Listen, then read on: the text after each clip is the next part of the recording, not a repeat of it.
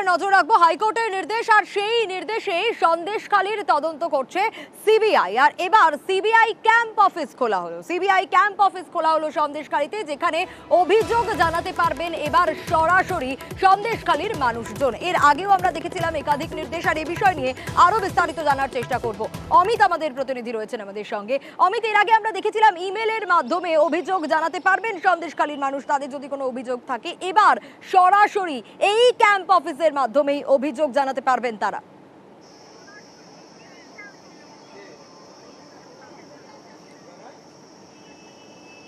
একবারই সোনিয়া, মে মাসের দ্বিতীয় সপ্তাহে এপ্রিল মাসের দ্বিতীয় সপ্তাহে কলকাতা হাইকোর্টের নির্দেশে সন্দেশখালীর জমি দখল এবং এমনকি নারী নির্যাতন সংক্রান্ত যে সমস্ত অপরাধ সংঘটিত হয়েছে তার তদন্ত করবে সিবিআই, এই মর্মে কিন্তু কলকাতা হাইকোর্ট নির্দেশ দিয়েছিল।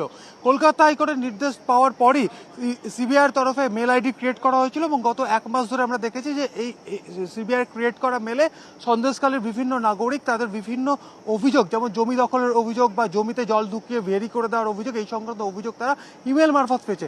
এবার সরাসরি সন্দেশখালী এলাকায় তারা ক্যাম্প অফিস করছে। আজকে সকাল থেকেই ধামাখালী বাস স্ট্যান্ডের কাছে সিবিআইয়ের এই ক্যাম্প অফিস তৈরির কাজ শুরু হয়ে গেছে এবং আজ থেকে ক্যাম্প অফিস শুরু হবে, এমনটা কিন্তু সিবিআই সূত্রে খবর। সেক্ষেত্রে সকাল থেকে আমরা দেখলাম যে সকালবেলায় সকালে সিবিআই অফিসার এবং কেন্দ্রীয় বাহিনীর জওয়ানরা তারা কিন্তু এই ধামাখালী বাস স্ট্যান্ডের কাছে তারা চলে আসেন। সেখানে এসবিআইয়ের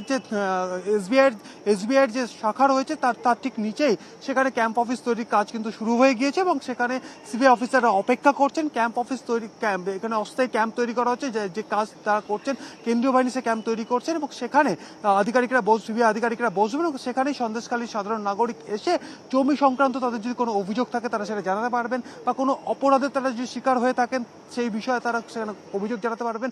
এমনকি নারী নির্যাতন সংক্রান্ত কারো যদি অভিযোগ থেকে থাকে তাহলে সেই ক্যাম্পে এসে তারা অভিযোগ সরাসরি জানাতে পারবেন, এমনটাই কিন্তু আমরা সিবিআই সূত্রে জানতে পারছি। এই কারণেই এই বিশেষ ক্যাম্পের ব্যবস্থা করা হচ্ছে।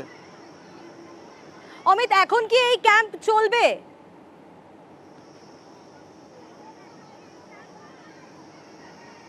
দেখো, এখনো পর্যন্ত সিবিআই সূত্র থেকে যেটা বলা হচ্ছে যে এই ক্যাম্প কিন্তু এখন চলবে, তবে কতদিনই চলবে তা এখনো কিন্তু স্পষ্ট করা হয়নি সিবিআই তরফে। তবে আজ থেকে ক্যাম্প শুরু হচ্ছে। আমরা দেখেছিলাম গত ফেব্রুয়ারি মাসে পুলিশের তরফে বিভিন্ন জায়গাতে এই ধরনের কিন্তু ক্যাম্প তৈরি করা হয়েছিল। সেই ক্যাম্প কোথাও 7 দিন, একেবারে অমিত, বেশ নজরে থাকবে। বেশ।